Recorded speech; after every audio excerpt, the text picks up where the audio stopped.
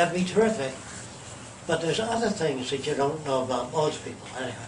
Shape memory materials. How many of you know about it? Say it again. Shape memory. Shape memory. Okay. There are materials that remember today. They remember the shape you make them in. If you take a wire made of nickel and titanium, 50-50 percentage of that, equal. If you vary it, it responds differently. So if you take that wire and you spell out with the wire Jesus Christ, thank you. And you spell out Jesus Christ, and you straighten out the wire and put it on a table and use a hidden heater under the table, it'll go back to Jesus Christ. You can build the following. Now this is the wire. So you come up front, you want to see it. But I can, Do you have an I can plug extension? it in over here somewhere. Okay. This is nickel and titanium. It's taken as a wire and they wind it around a form. And they hold it in place by either ceramic or insulated clamps. Thank you. And they heat it to about 400 degrees Fahrenheit, let it cool, and it remembers that shape. So I don't know you got a camera, you got, would you mind pulling that out way beyond its elastic limit? As far out as you can pull it. That's right, way out. Give me one end though. Now I'd like you to, okay, that's good enough. It's not like it was, so I will do this, I will twist it, but you do it. You twist it, bend it, do whatever you want, but don't let it get caught in itself. If it gets caught in itself, it will not return. So I want to show you how the memory works. Okay. I'm going to twist it too, because just pressing it is one thing, distorting it. Okay. Now it's going to return to its original shape, because it has a built-in memory. Nobody invented it. It was discovered accidentally.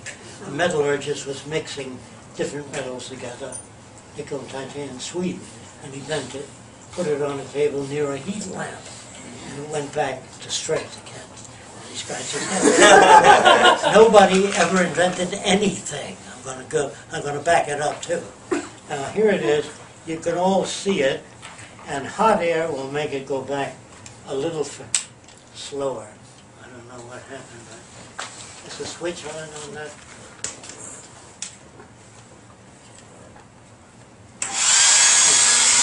Not hot enough. Okay, well,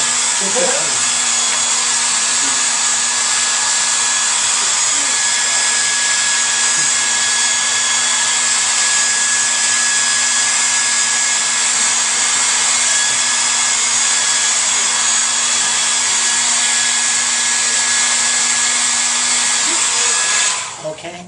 It's not a trick. People think I'm using reverse photography. But this is a metal with a memory. They now make a fabric with a memory. Most doctors don't even know about it. It's suture fabric to do stitching. And the doctor ties a surgical knot. Then he straightens it out, cuts the skin, sticks it through, and the heat of the body causes it to tie a surgical knot. Can you understand that? No? Is there anybody that doesn't understand this? Fine. This only has one memory. But if you took, say, 3 inches of that wire and gave it one memory and then welded 40 of them together with 40 different memories, you can do fantastic things. So, I'm saying that if you made a dome building of the future with its new materials that we have, and we use strips of wire, it isn't only nickel and titanium, other metals have similar characteristics, and you spread that throughout the building and made a dome, then flatten it out, ship 10,000 houses to India flat. When you get there, connect 2 electrodes. A minute and a half goes back to a full dome. That goes for furniture like that chair, red one back there, orange. If you made a furniture compound curve, flatten it out, ship them out. You can get a lot of buildings on a boat as discs. So everybody doesn't understand? Anything I say that you don't get, interrupt me, because I don't mind telling you over again. So Jimmy Carter, with his hammer and nails, is not going to house anyone. He's either sort of jerk, or very stupid, or fully informed as to what's new. Your senators and congressmen should be at the forefront of technology. They tell you to write your congressman. How the hell did he get the job? It's like writing to Harpo Marx. You know, they can't offer anything. They don't know anything. They don't know anything physical. So that, I don't care whether you're Democrat, Republican, Communist, Socialist, they don't know what to do. When Castro got into power, he cleared out all the hotels and all the gambling casinos that were owned by Americans. Most of the industries, the pineapple industries, the sugar cane, was owned by American businessmen.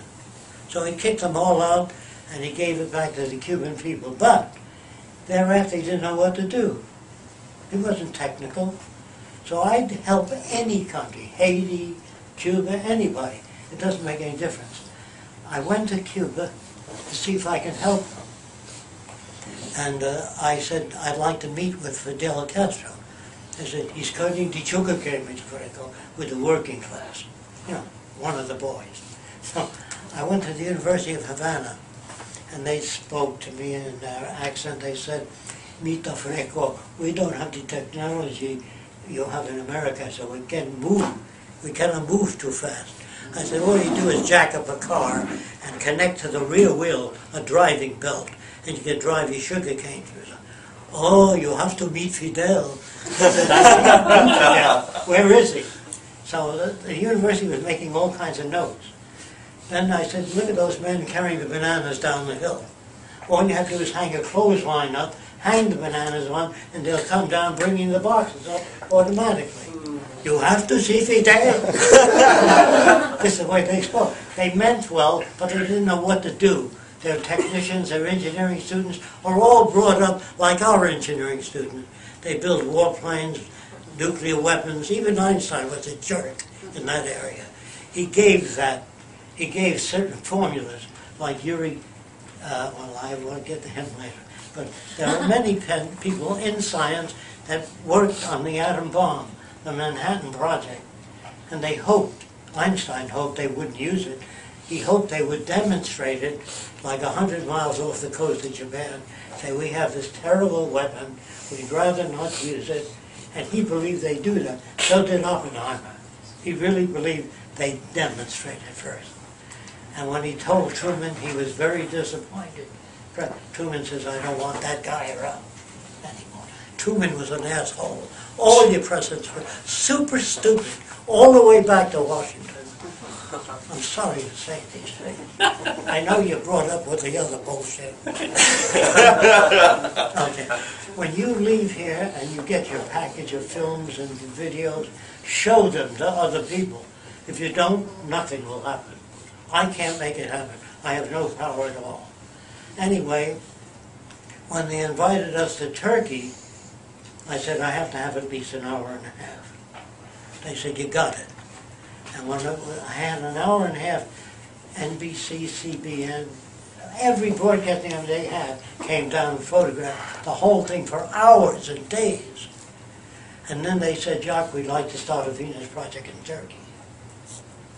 If they gave me time to explain what it is, some people think it's some form of communism. Well, communism uses money, it has banks, it has social elitism, it has police, it has prisons, and it has people that don't know a damn thing about technology that run the show. So it has nothing in common with communism. Here's how it works.